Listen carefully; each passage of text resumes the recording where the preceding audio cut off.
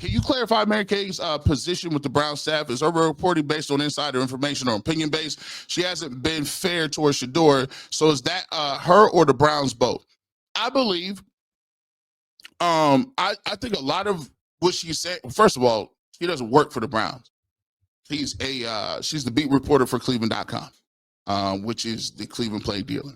So she has people that she's talked to in the organization. However, there are points and times when she uses her own, she's speaking from her own opinion or from her own point of view. When it comes to some of the things that I don't agree with is when people start talking about, oh, well, he's going to have to take a back seat and do a lot of different things in terms of, learning the playbook and doesn't know the plays and all that stuff. I'm like, listen, man, that's a lot of that is made up in people's head because what's happening to me from the outside looking in is when he's playing well, and me and Tyvis talked about this on the Ultimate Cleveland Sports Show. When he's playing well and he's throwing the football and he's looking better, and like Zach Jackson said, it's not even close. So a lot of people talk about G. Bush be saying, no, I ain't the only one saying this, bro. Like Chad Johnson said he talked to Denzel Ward. And he thought he looking different. Don't just come at me. Don't look at me. But when you start the ball, it takes a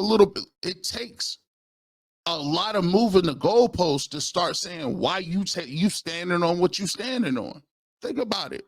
You saying you standing on business that he ain't looking good, but there's 3, 4, 5 people saying that he look better than everybody else. So what you got to say is, all right, well, I don't believe he's getting reps because of this, because people are starting to ask, why is he not getting reps? Why is he not? This was supposed to be an open competition, right? Why is he not getting reps? At the end of the day, it's practice. Let's not act like Shedeur Sanders. And I always thought about it like this. He ain't out there with a bunch of wolves, bro. He ain't out there with a pack of grizzly bears. It's practice. What's the worst thing that can happen? I mean, you can't hit the quarterback anyway.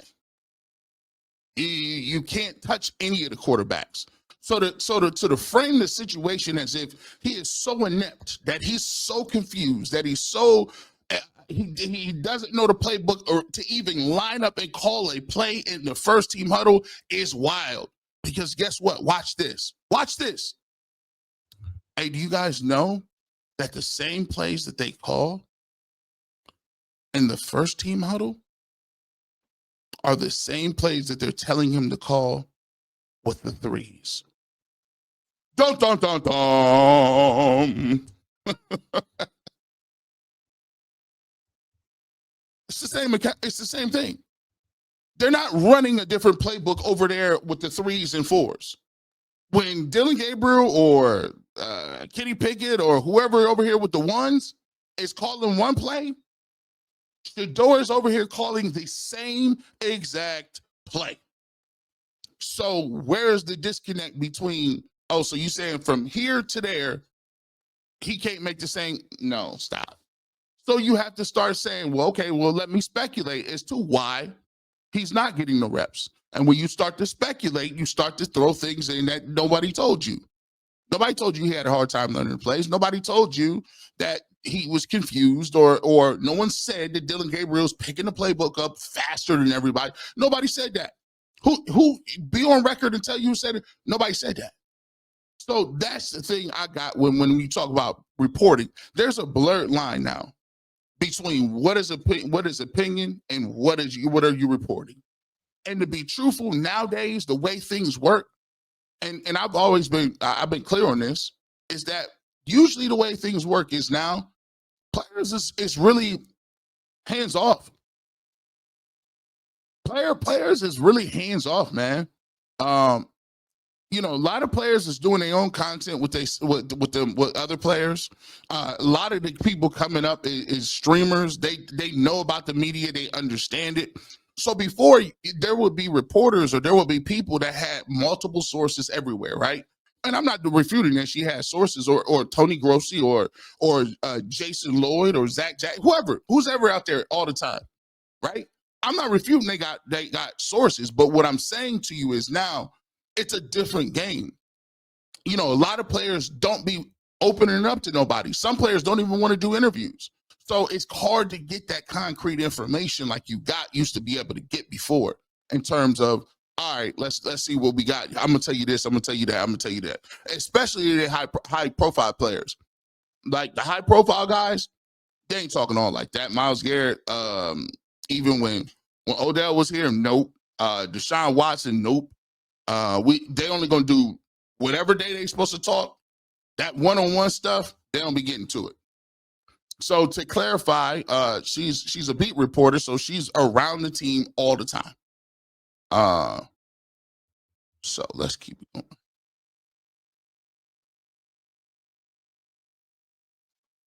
Billy Fagan says, so glad to see you back in the shop. You were sorely missed. Appreciate you stating the obvious. Shedeur has paid his fines and acknowledged his mistake. He deserves some grace in giving time.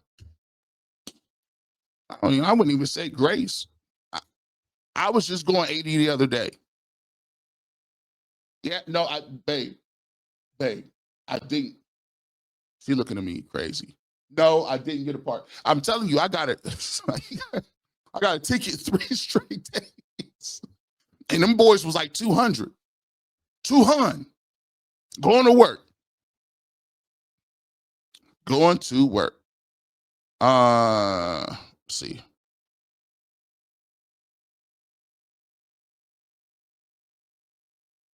Let me see this.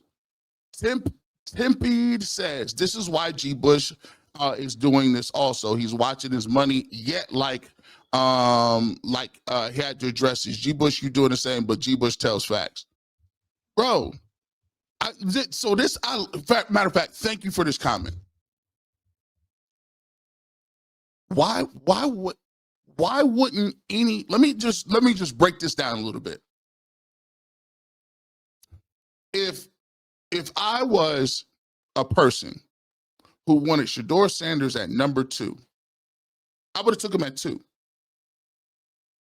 I would have took him at 33, definitely. And when they passed on him 33, I was upset. So when they got him in the 5th round for a bag of golf balls and a hoagie sandwich, don't you think, bro? I'm like, this is stealing. It ain't even about that. That's the crazy thing about it. I look at it like the dude can be your answer at quarterback. I don't care nothing about the hype stuff. I think he could play ball. Does a lot of stuff come with it? Sure. But it's almost like saying you're only doing this for content when, bro, you're covering. So put it to you like this. I'm covering a team that hasn't had a quarterback in 40 years. They haven't won the division since 1989. The team got taken away after I was here when Ben Roethlisberger won 30-something games against the Browns in their own stadium. I was here when Joe Flacco was killing the Browns. I was here when we went 1-31. So my question to anybody, and I never understood this, from what standpoint we coming from, why wouldn't you want to root for somebody to succeed? Because you think they can play. Like, when Baker Mayfield was here the first time, I did blogs about Baker Mayfield all the time. You know why? He was the quarterback, and I wanted them to win. When Joe Flacco came off the bench, and I said, I'm predicting Joe Flacco going to throw for 300 every single game. Go back and check the blogs. I was the only person who said it. I did Flacco blogs. You know why? Because he was helping them win, and he was balling. The problem a lot of people have is they're framing this as if Shedeur Sanders cannot play. And from a football standpoint, that is completely egregious and nonsensical. it's nonsensical. And the only reason they're saying this is because he fell to the 5th round. But we know why he fell to the 5th round, don't we? Was it anything that he did on the field? Was it any passes that he threw? No. So I think everybody in the Cleveland market should be happy to do content on Shedeur Sanders. Why is that a negative thing? Why is that like a negative thing for people? Like, because he's hyped up, I shouldn't do blogs because I think he plays good and we need a quarterback and we went 3-14 last year. It don't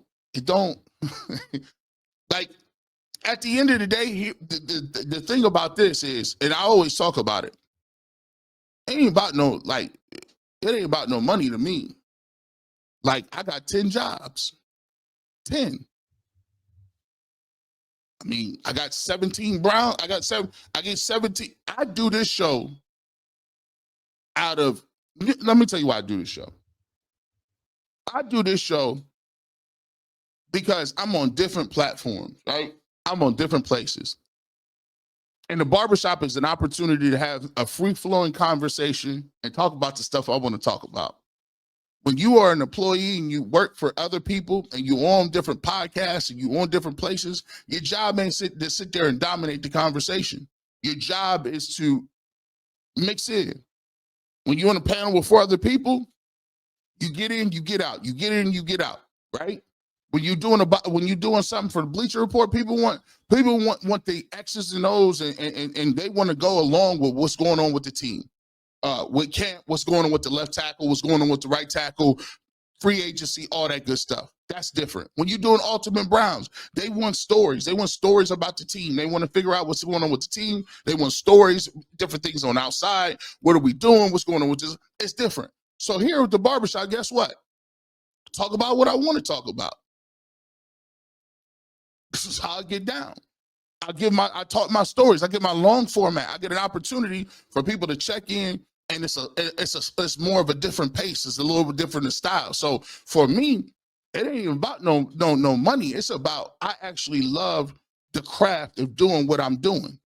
That's why I come to the barbershop. And you always, and by the way, I suggest everybody else out there, always go ahead and what I say to everybody who wants to do this, bet on yourself. Don't wait on nobody to give you no show. Don't worry about nobody give you no show. Make your own show. That's what I did. And I'll continue to do that. And I thank everybody for supporting that. Let's keep it moving.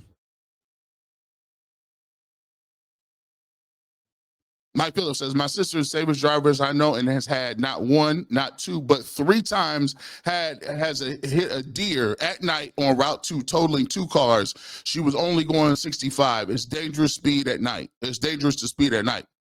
Mike, I think we agree with you. It is dangerous to speed at night. But I think a lot of people are saying, you can say it's dangerous to speed at night, but it ain't got nothing to do with no reps.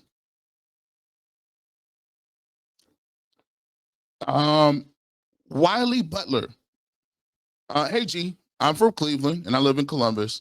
I was at the drive in January of '86, so I have a lot of hurt from the Browns being a Browns fan, but I roll with them. People need to understand, back then, we rooted for the name on the front of the jersey, and that's the problem with some of these media members. It's almost like, I'm going to put it to you like this, and I appreciate your call. Not even a call, but I'm used to the radio still, man. One day we might get some calls on here. We'll try to figure that out. It's like, and I don't know why it's like this, man. It seems like people, like when you lose for a long time, and I talk to people like Darren. Darren, he was been on the platform in Kansas City, and he's been to the Super Bowl 5-6 years in a row. Like, he covers the Kansas City Chiefs. And I just look at him and be like, man, I wonder what it's like to to be at a Super Bowl. Or I wonder what it's like just to see the Browns jerseys on the Super Bowl wherever they at. You know, or I would, there's a lot of people that have passed away. A lot of my mentors in this business, have passed away. BSK passed away. Jim Donovan passed away. Joe Tate passed away. Les Levine passed away. Michael Simon.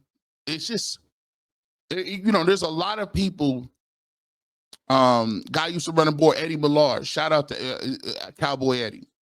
There are so many people that I came into this game with, and I ain't even been doing it that long, that have passed away. And each and every one of them said, man, we would sit back and reminisce and say, what would it be like if the Browns actually won? I said, man, it'd be crazy. I cried when the Cavs won. I don't know what I'll do if the Browns win. And the crazy part about it is, the Browns got, and it's unfortunate because I've met some of the best Browns fans in the world, man. The Browns backer in Hawaii, shout out to him. They used to wake up at 6 a.m. in the morning. It might have been 4 in Hawaii just to listen to the barbershop on 92.3 The Fan. Browns backers in Hawaii, Browns backers in Ireland, Browns backers in South America, Browns backers in Ireland and Iceland, Puerto Rico. It was wild. And all of those people show so much love. And no matter what the Browns do and how bad it is, the Browns get, they always here, they always positive, and they always got an outlook like maybe next year we can get it done. And it's a shame now because sometimes I feel like, now with the internet, it's a loud minority of people that just seem like they don't want to see the team win. They don't want to really get behind them because it's almost like they feel like they're losing something. Like to put your foot out and say, yeah, I want my team to win. Like you losing something. Everybody got to be level-headed. I'm going to put 5-6 wins on it. It's just like, come on, man.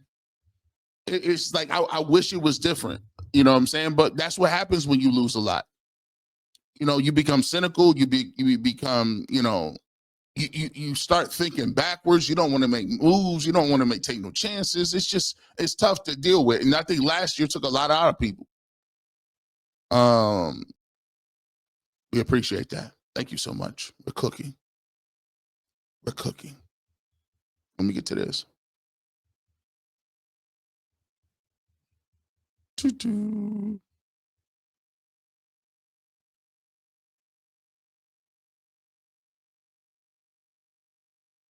Man, I got an ESPN alert about this. It's not the Cleveland media. It's a national narrative. LeBron got speeding ticket at 208, went 100 miles an hour. Don't remember getting a notification on that. I think he's moving the needle on that. I want to talk about this really quickly. I want to talk about this. I want to find out for you guys what game does Shedeur Sanders play? Right? Let's matriculate this out. Preseason is coming up. Preseasons, we're getting to it. What is the plan? He's going to play at some point. But I'm asking y'all, at what point do you think in the season he gets a chance to play? Realistically. What I want y'all to do is I want you to put it in the chat. We're going to look at this. We're going to talk about it a little bit. We'll go back and forth. I want to see what you guys honestly think. And if you're a Shedeur detractor, I definitely want yours. I definitely want yours because I want to see what people is looking like. Because here's what I'm thinking. It's going to be very interesting to see how they move with this. I think If they the worst move that I think everybody would not like is if Kenny Pickett is a starter week 1. If you got Kenny Pickett week 1 and Flacco and Shedeur is still on the roster,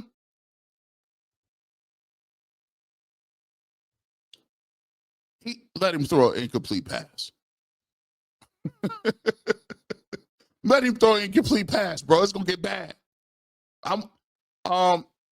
Let me just throw this out there to you like this. I'm gonna keep it real. I feel Joe Flacco is gonna start. I think Joe Flacco, and I've said this before, I think Joe Flacco at this point is starting. But I also think that the competition ain't really between Dillon Gabriel and Shedeur Sanders. I think it's between Dillon Gabriel and Pickett. And whenever one of them lose that competition, that person's out of here. And I think because they did take Dillon Gabriel in the 3rd round, I think Kenny Pickett is looking around. He's going to have start having some highlights. I got Flacco playing. This is tricky because they play some really tough games in the first 5 games or so. He ain't completed no game. He hasn't completed no long stretch where he's been killing the game like that. Especially last year with the Colts. I give him 5 games. 5. Let me look at the schedule. Let me see. Let me look at this schedule right fast. Because, all right, what we doing? All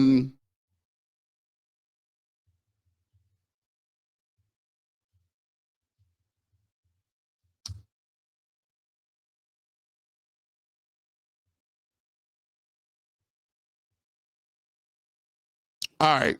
So they got Bengals. That's tough. At the Ravens. Packers. At the Lions. Vikings. 1, 2, 3, 4. That's 5 games. And the Vikings game is in London. Then they go at Pittsburgh, October 12th. I'm predicting there's a quarterback change in October. I think after they play the Vikings. Now, here's the tricky part about it is, there's all these teams look to be playoff teams. 1, 2, 3, 4, 5. Even the Pittsburgh Steelers made the playoffs. But I'm gonna go with 5. I give him 5 before he gets in. Let me see. Now watch this. Now that's 5.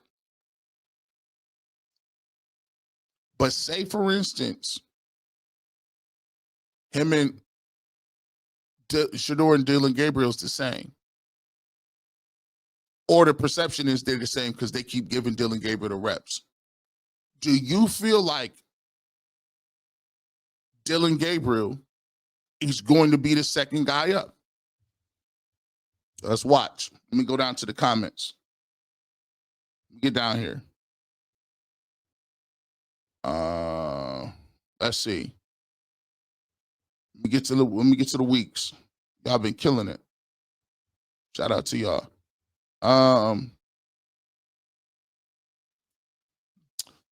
Big Snacks. I like that name. Big Snacks. Week 5.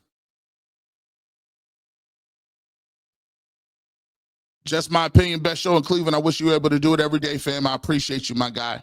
I appreciate you. Game 1. Bird's Nest is holding it. She ain't playing no games. Game 1. She said today. Once you know playing today. Week 1. Dicey. All right, Southeast. Week 7 or 8. Now, 8. Now, listen, my guy. Do you think Dylan Gabriel, is it a possibility he goes first in that move? We got another week 1. Vernell Jackson says after the bye. Leon says week 14. Man, I hope it ain't no week 14. Leon, why is week 14, man? Ms. Robinson, to you, week 6. Love moves, 3rd game. What's the 3rd game? That's some tough games, bro. 3rd game is against the Packers. I mean, they didn't do us no favors, though. They did the Browns absolutely no favors. Bengals, division game, Joe Burrow. At the Ravens, you already know what that is, Lamar Jackson. Packers, Jordan Love, good offense, good solid team. At Detroit, come on, man. They nice. You got the Vikings. They made the playoffs that last year, but the problem is it's in London. Then you coming back all the way back to get to at Pittsburgh. And you talk about, man, they didn't do us they did us no favors. At G Bush, hopefully week 10 after Gabriel and Dylan failed, I wanted to be no questions. That's a crazy thing because I'm just extrapolating this thing out and just going over to see what's going on. Because if you say in week 10, that means that you gonna have, say Dylan Gabriel comes in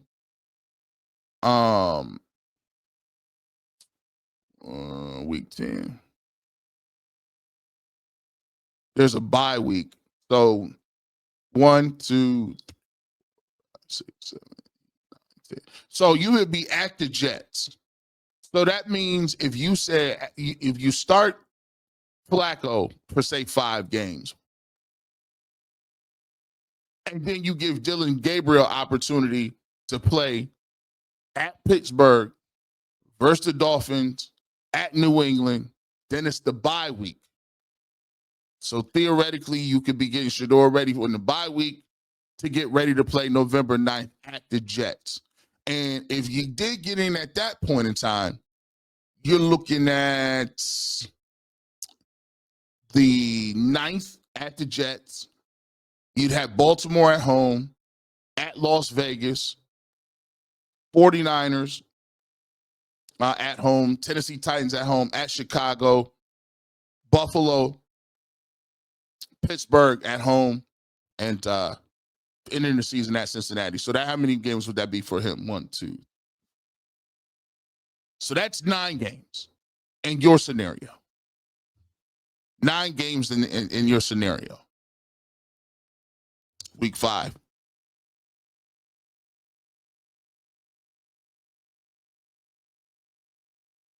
G. Bush, only UCSS I trust.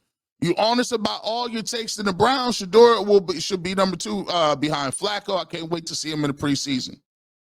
That's the way I see it. I appreciate you, and I see what the Kool-Aid Mafia on. Week 8, London game. Edwin Smith is standing on business. Week 1. Week 3.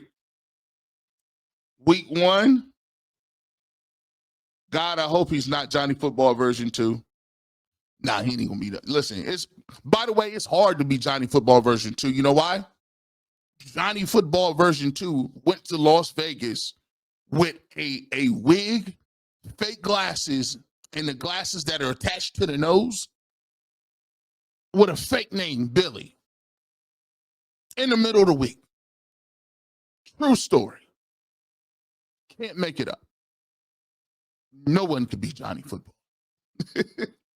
Nobody can be Johnny Football at all. It's not possible.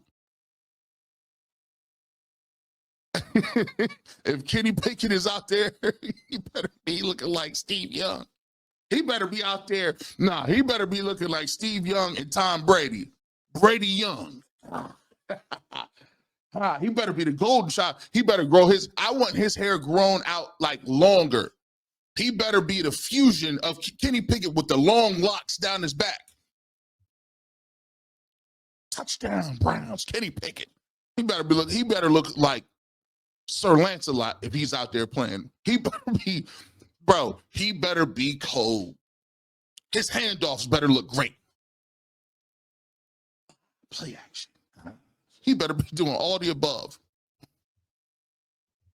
He has it. I do not envy this man. I keep saying it. I haven't seen no highlights though. Where's the tape? Somebody is playing a diabolical game. Diabolical. Joe Flacco. Listen, I understand what they're saying. Like the national guys, it's like they're acting like there's no other guys on the team. No, there ain't really. I don't nobody really care about that. Like, I'm watching these showdowns, right? And I'm keep looking and I keep watching it. And every time I think they about to show the Pickett highlights, they go to like Quinshawn Junkins and the Cones being a running back. Or, yeah, let me show Jerry Jeudy. Where somebody is erasing the tapes, man. We got to find out what's going on. The missing tapes, we need to be reported on. The Kenny Pickett, the missing throws, right here on UCSS. I'm just playing, but I'm for real though. I just ain't seen them throws, man. It's almost like they splicing this thing up, like it's just like, yo, I'm not saying that, and I know he's getting the reps. I know people is out there. I know he's out there. Just show me a couple of them. Week 5. I think Flacco will play 4 to 5 games. Gabriel plays 2 games, and Shedeur plays the rest of the season. Hey, that's another thing. Would you rather Shedeur go second or third? Would you rather him go second or third? Because I'm gonna tell you what. Whoever goes in that second position is kind of. Whoever go in that second position kind of gotta. They gotta. It's a thing, man. 1,800. Matter of fact, I didn't even say that all day. 1,800 people wherever you on Facebook. Shout out to you guys. I need that like button hit. If you are on Twitter, you already know what it is, G-Buzz. Hit that like button. If you are, once again, if you are on YouTube, hit that like button. Stop playing around. We're gonna get that together. Let me get this back. I need to go back. Where'd it go? Do you want, as we said before, would you like Shedeur to go second or third? Because here's the problem. When you're in that second slot, you got to hold it down. You almost got to be nice. You almost really got to like take the position. Because the one guy, it's always a temptation of putting the other guy in. It's always a goal of you seeing what both of them got. So when you are the second guy in, after Flacco go in, it's almost like you really got to ball out because the dude behind you is looking around. I'm back here. Don't you throw no picks. I'm back here. And by the way, that third dude can get kind of anxious because what if that second dude goes on a little bit of a run? You go in a little 3-1 run. You win 3-4 ball games in a row. Then all of a sudden that last dude is looking like, well, I might not even get no work. I might not even get in this game. And I don't think people talk about this enough. As a matter of fact, thank goodness I just remembered and brought it up just now. Because I'm looking around like, okay, well, we know Flacco's gonna play a certain amount of game. We know we know Flacco's is a certain amount of game with this. He's gonna get some games in here. But the real situation is this. If you that second guy, is it advantageous for you to go last? Let me see. What is this? Let me see. Hold on. Okay. Y'all been talking about it. Let me get to it. Dallas Maley, he says, I would prefer to go second. Facts. Where are these Kenny Pickett tapes?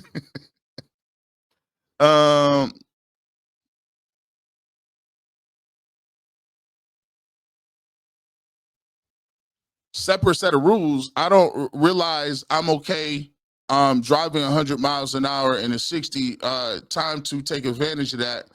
You really pulled a card, did you? No, here's what I'm talking about. Let's get to it, Mike. See, you don't listen very well. What I talked about was when my father told me you have certain sets of rules. I'm talking about the way we handle ourselves when it comes to interactions with police officers. At the end of the day, my job is to make it home. If you haven't seen the climate today and when people have interactions with police officers, sometimes they can go wrong, right? And as a black man and as a black father, my dad told me it's best to not have all kind of stuff on your cars because it gives people an opportunity to pull you over. It gives people an opportunity to say, oh, you got tinted windows. Is they too dark? Your music is too loud. Let me see what was going on. And the moral of the story was I was upset because I felt like I was doing something. I didn't do anything. And it wasn't a situation that I should have been pulled over for. And it was embarrassing and it was intrusive. And when I told my dad about it, he was a good father and told me, well, listen, son, there's certain things you got to learn as a man. It don't got to always be fair. It ain't always going to be right. But this is how you have to operate and carry yourself so you don't become statistics or any probability that you have in run-ins with the law. So when you say, did you pull the card? Did you? No, Mike, you should listen more. I just told you what my father gave me, which was real game. By the way, it's a difference. And by the way, for everybody that's getting all up hot and bothered and upset, there is a difference between being an African-American male in this country and being other groups of people in this country. I think that we would all accept that. I'm giving you, if I'm giving you my past, I'm giving you my experiences. Ask yourself, why does that make you uncomfortable? What are you uncomfortable for? We weren't talking about driving 100 miles an hour. We're talking about the fact that once you get older as a man, you have to realize to put yourself in the best situations so you don't have run-ins with the law. Whether that's speeding tickets, whether that's whatever you're doing, elevate your thought process so you don't put yourself in that situation. But it's time out that people got to start listening. Every other word you're looking for the card. Is it the card? Is it the card? You caught up on it. I ain't caught up on it. I'm just keeping it real. I think you're another dude caught in his feelings. Listen to the stories and stop putting narratives out because half the show was about the narratives. Can we continue on? Playing with me? I don't act like people can't. You got a problem with me saying that I'm a black person? I'm black. I got a different experience. It is what it is. Come on now. Tighten up. I told you this ain't for everybody. You come in here looking around and peeking under the covers. Did you say that? Listen, it ain't for everybody.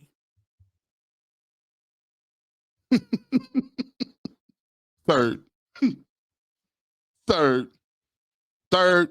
Listen, this third technique, third might be it. Because when you're the last person they've exhausted, if they exhausted everything, then, hey, when you exhaust all options and you're the last person standing, let's keep it a buck. Let me see. Let me get a couple more of these in here. I got one super chat here too. Jeremy Long says, They have to give Gabriel the first shot at starting, because if Sanders goes in before him, Sanders won't give up the starting spot. It's very interesting, because here's the thing. Even if you are Dylan Gabriel at the end part of it, even if you are,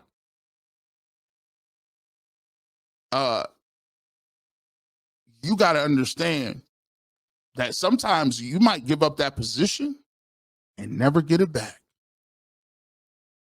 That's the thing. That's the thing. You might give up that spot, might not never get it back. You see what we got down here. Let me see.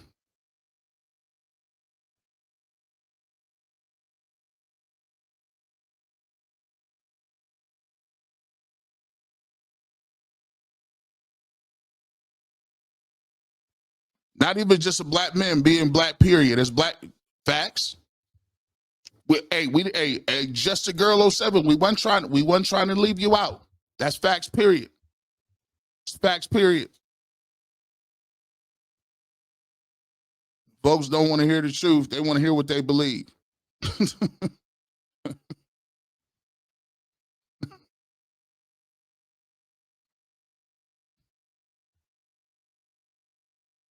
Man, listen.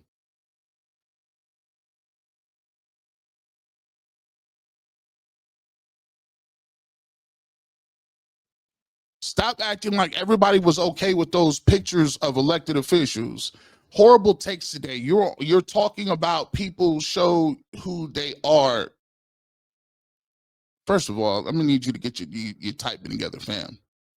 Second of all, did nobody tell you that nobody agreed with everything in the situation with them people bringing over in the picture? The fact is, bro, y'all be listening to one or two things. You listen to one or two. The overall arching thing after 2 hours of this show is, in our world, we have a lot of things going on. And people would like to make it seem like Shedeur Sanders went outside and killed somebody or did something crazy, which he didn't. That didn't happen. He had a speeding ticket. Mike, I'm sure you have speeding tickets too. At the end of the day, you misinterpreted what I said, and I had to correct you because we're not going to play them games. Y'all can, there's this whole thing with, if I speak the truth or I say something, everybody will, oh, you're race baiting. You're race baiting. You just sitting there waiting. You're race baiting. Stop it. We're not going to play those games, bro. At the end of the day, it is what it is. I told you what it was. Either y'all like it or you don't. People be getting mad, but you tell me where I wasn't talking. You tell me where I wasn't true. And that's the last time I'm addressing you, actually, too.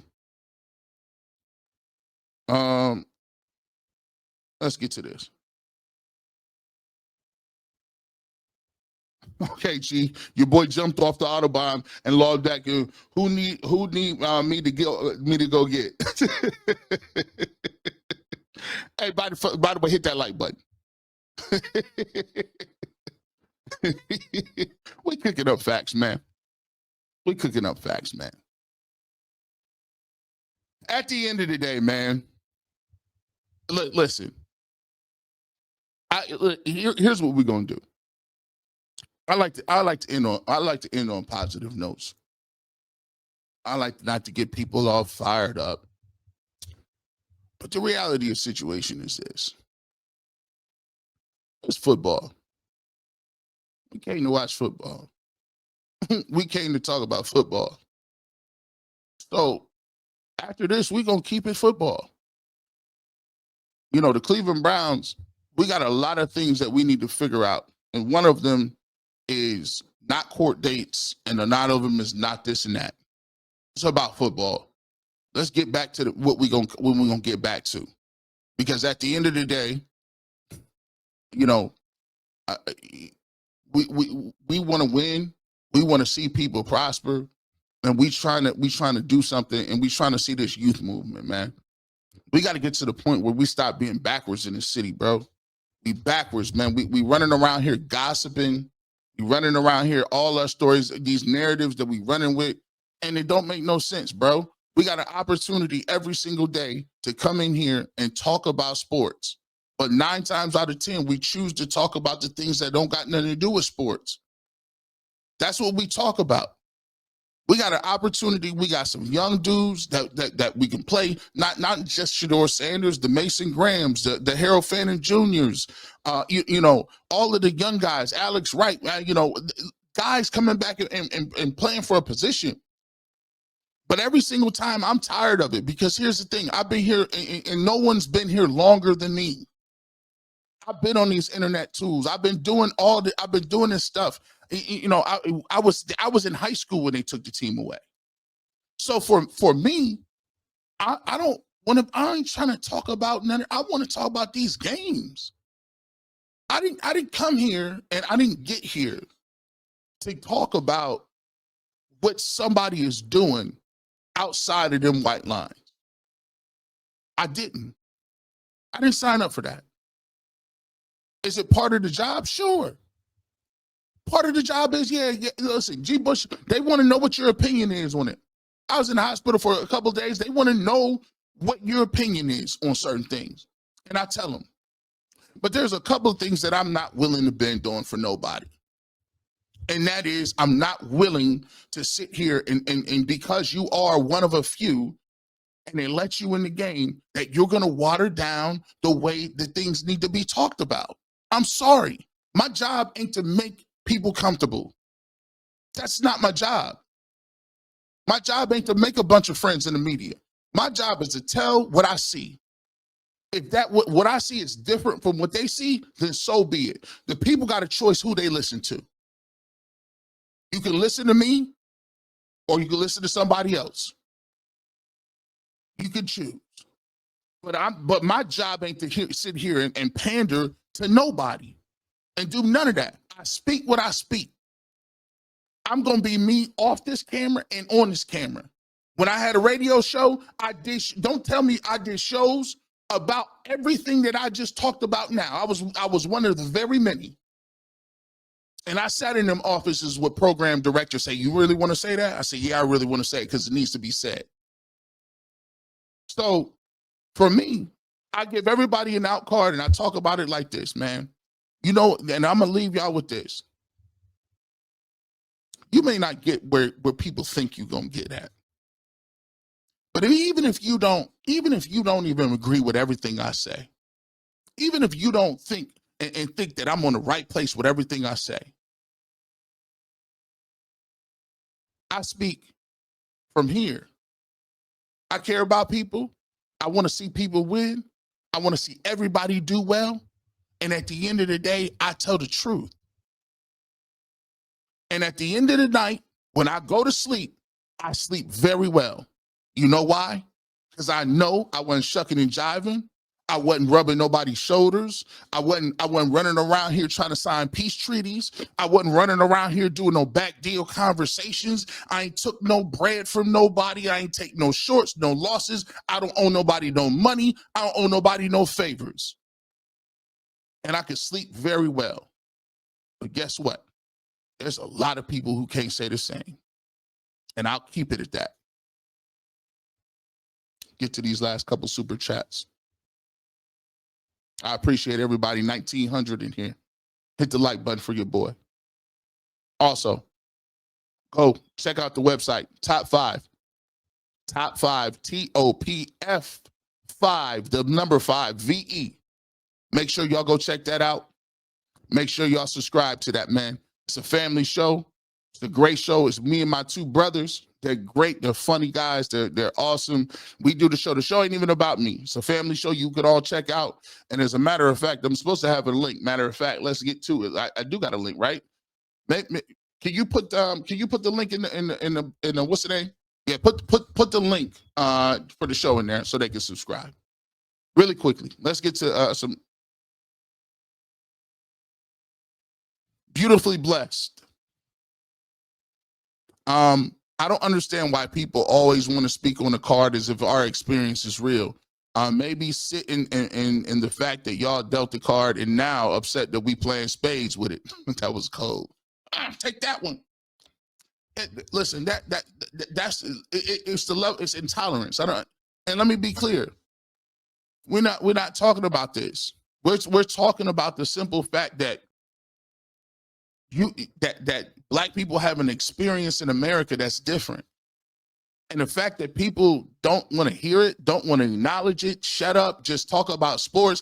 How you willing to say shut up and talk about sports, but 70% of the people that play sports is African American? You don't want to hear their experience, but you want to take all the joy in watching them. You don't want to know about their plight, know about their family, know about their backgrounds, know about their culture. You don't want us to say nothing about that, but you want to sit up here and watch us dribble and throw back footballs. That's wild to me. And every single time we bring up something in the black diaspora or your experience, people get offended. Like it's a sin to talk about your experience as Americans. It's wild. And yeah, I get upset about it because it's ridiculous. My wife is of a different culture. When she tells me something, I sit there and listen and try to understand what her culture is. But here is people like, I don't want to hear it. I don't want to hear it. What do you don't want to hear? I hear about everybody. You should be willing to do that as a grown adult, like as a thinking, feeling, rational human being. You should want to hear that. I don't understand it. I don't get it. Thank you for the super chat. Let's get the season started so we can celebrate 12 at L. Watch them shine. Keep up the good work. I appreciate you. We put that? Yeah, we put it in there. We put it in there. Put that in there. Yeah, make sure y'all go check that out. Top 5. Make sure you put that in there. And as always, I want to thank you guys for pulling up on me. 2,000 people I didn't even put nothing out there. All the well wishes. We was, I'm back in the business, back rolling, back doing some things. Looking forward to getting back to work tomorrow, but I want to thank everybody for pulling up and showing love. As always, you never know where I'm going to show up at. It could be radio, television, internet, all of the above. But if you want the real, you want the regular, and you want to talk about sports, guess what? This is the place to do it if you want the real uncut version. And with that being said, have a great rest of your weekend. And as always, go Brown.